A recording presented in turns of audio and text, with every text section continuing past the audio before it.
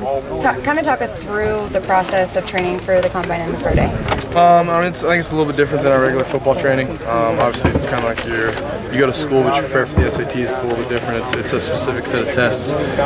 Fortunately enough, a lot of us have been kind of doing it together, just getting prepared and getting ready for this kind of environment and to perform at our best and kind of peak. And I think that the guys did a great job with that today. What was it like being able to train with Coach Shirley? He's great. I think that more than anything, he's really taken care of us. Most of us haven't had injuries. I think the one injury I've had was out of my control. I mean, there's nothing you could have done about that. But just make sure we're functional athletes and that we stayed injury free and that we got stronger. And I think all of the guys have been together for 5 years now. We've kind of seen each other progress. So it's been a great thing to see perform.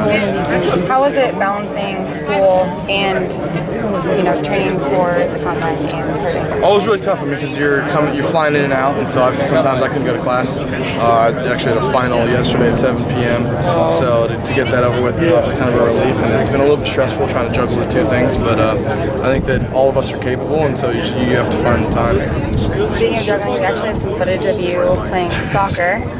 Talk to me about your relationship with soccer.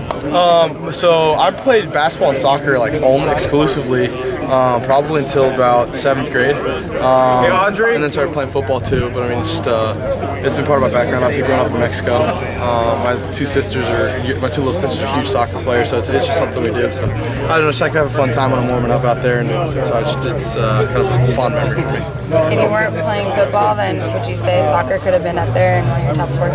I think the mentality that I kind of adopted as a football player wouldn't transition well. I think that's I used to play center back, and so red card.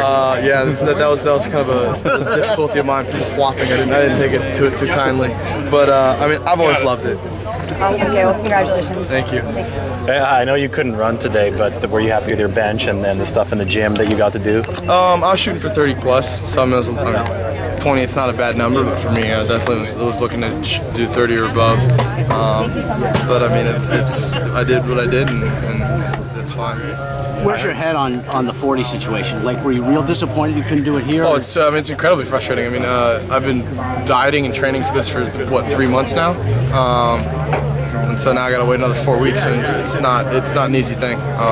What's been the primary feedback you've gotten from NFL teams through the combine, through this process? I don't know, just that everybody's looking at me as an inside backer, probably in a 3-4 more than a 4-3. I can play for 4-3 Mike.